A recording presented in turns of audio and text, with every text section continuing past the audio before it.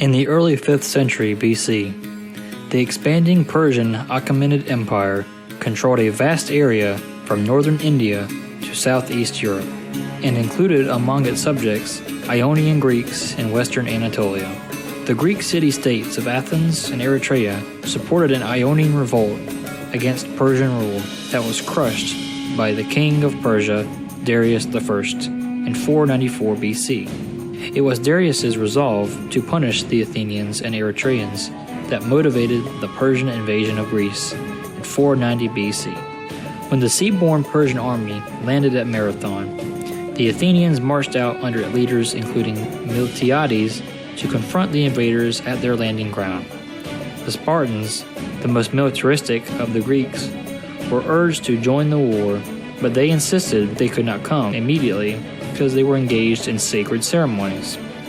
Only the small city of Plataea at the last moment sent troops to aid Athens.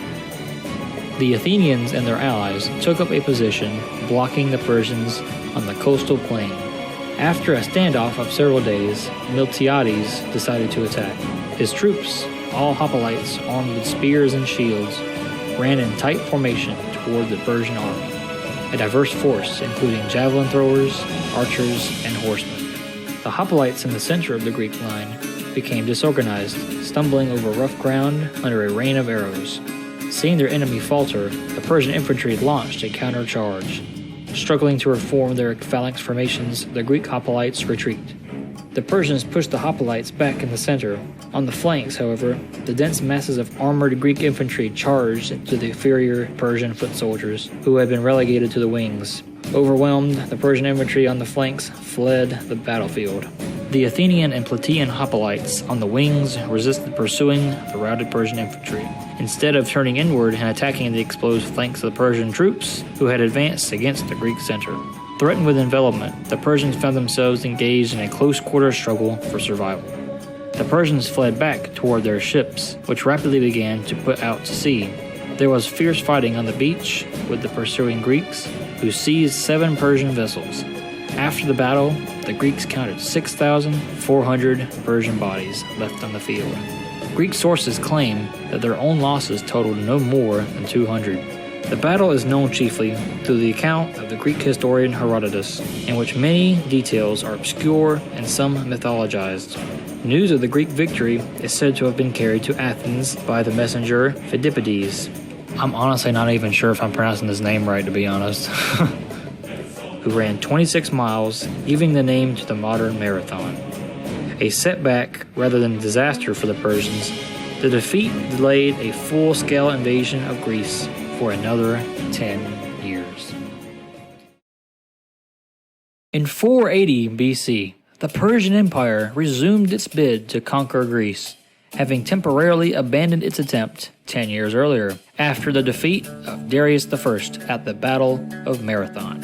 His son Xerxes I and successor led an army from Asia into Europe across the Hellespont, which is the modern-day Dardanelles Strait, on a bridge of boats, and advanced down the Greek coast accompanied by a large offshore fleet.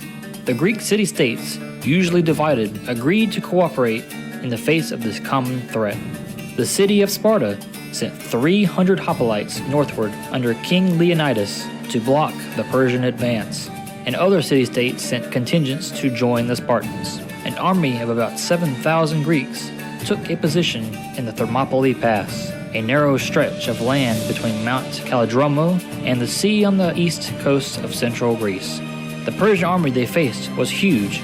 Exact figures are unknown, but it is thought the army numbered more than 100,000 men. Knowing they would be heavily outnumbered by the Persians, the Greeks took up position at the narrowest point in the Thermopylae Pass, the middle gate, where only a limited number of soldiers from either side would be able to engage at any one time.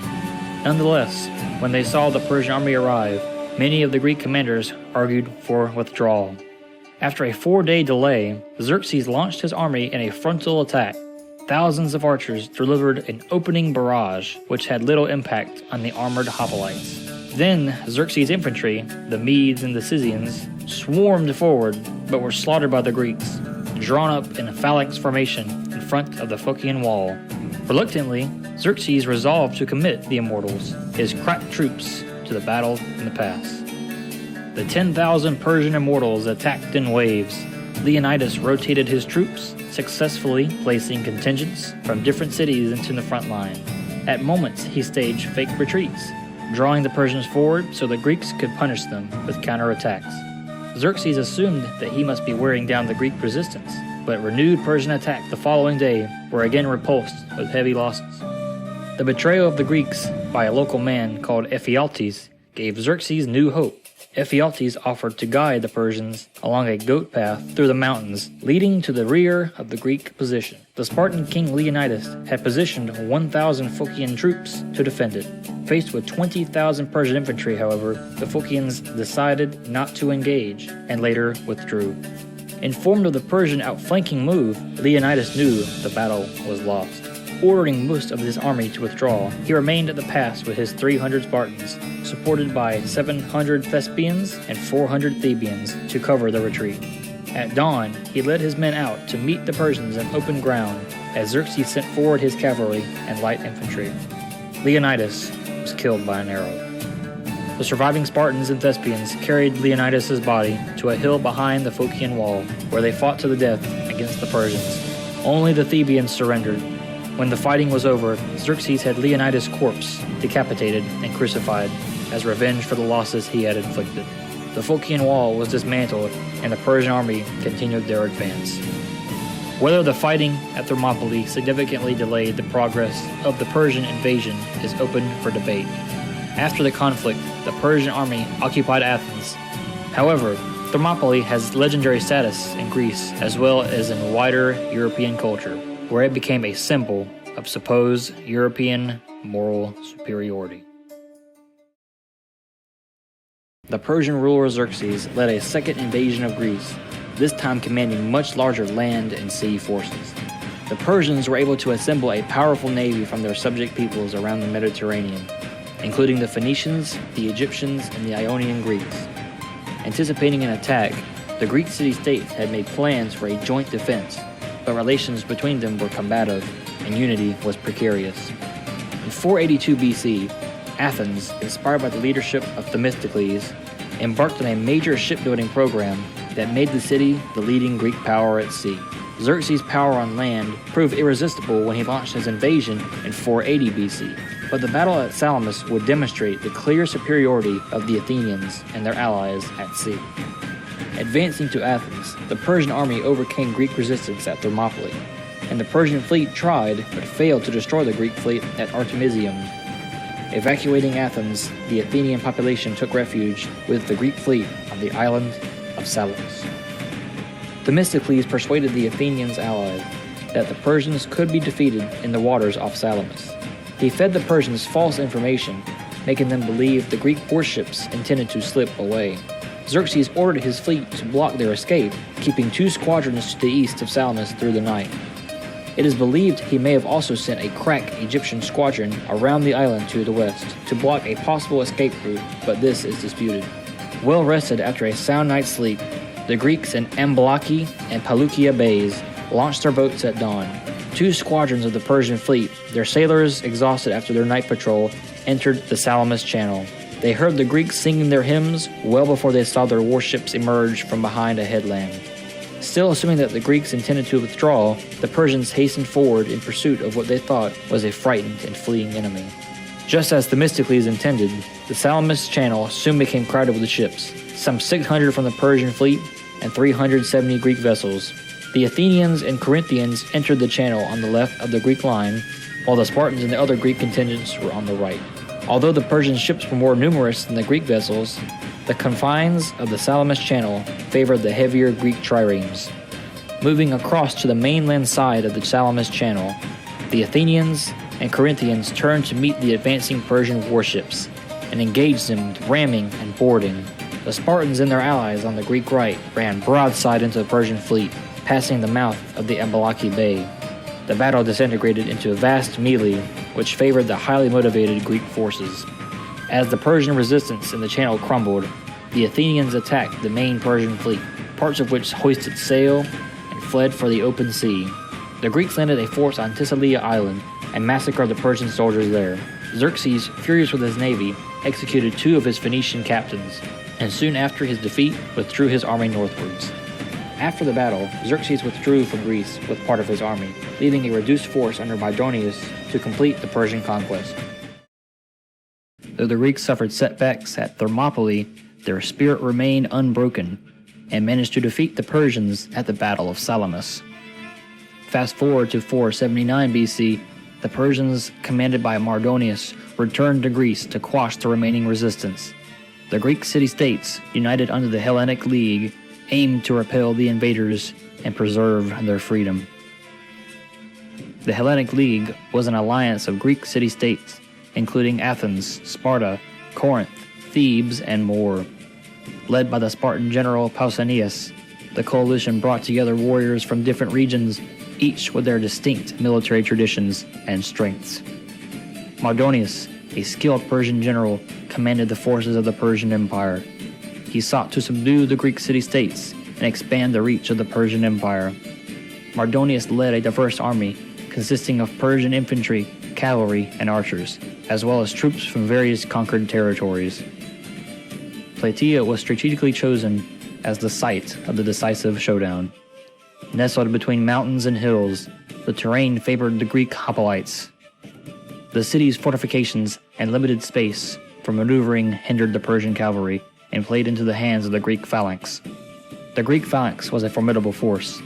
Hoplites, heavily armored infantrymen, fought in a tightly packed formation, shields locked together and long spears extended. The phalanx created an impenetrable wall of bronze and determination. Mardonius recognized the challenges posed by the Greek phalanx. To overcome this, he devised a plan to lure the Greeks out of their fortified position. He sought to engage them on open ground, where the Persian cavalry and archers could exploit their superior mobility. Mardonius employed a cunning strategy. He sent a contingent of Persian cavalry to provoke the Greeks, enticing them to abandon their advantageous position and engage in open combat. The Greek commanders, aware of Mardonius' strategy, held firm, refusing to be drawn into a hasty engagement. They were resolute in defending their position and preserving their phalanx formation. Days turned into weeks as the two sides faced off. Skirmishes occurred, but the Greeks remained disciplined, refusing to take the bait.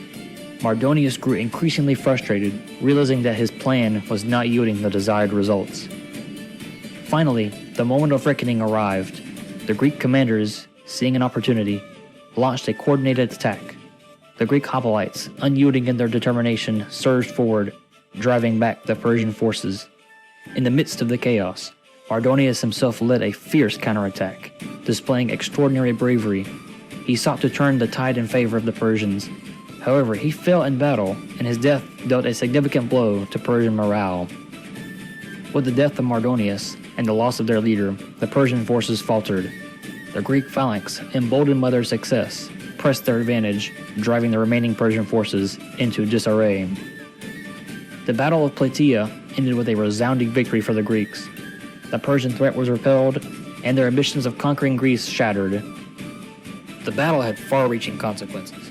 The Greek victory at Plataea bolstered Greek morale and solidified their resistance against the Persian invaders. It further emboldened the Greek city-states and paved the way for subsequent victories in the war. The defeat at Plataea also had a profound impact on the Persian Empire. It weakened their military power and dealt a blow to their reputation.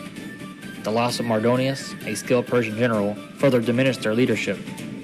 The Battle of Plataea effectively ended the Persian threat to Greece and preserved the independence of the Greek city-states. It demonstrated the effectiveness of Greek unity, strategic maneuvering, and the strength of the Greek phalanx formation. The Battle of Plataea ultimately was a resounding Greek victory, ensuring the survival of the Greek civilization and leaving a lasting legacy as a symbol of defiance against overwhelming odds.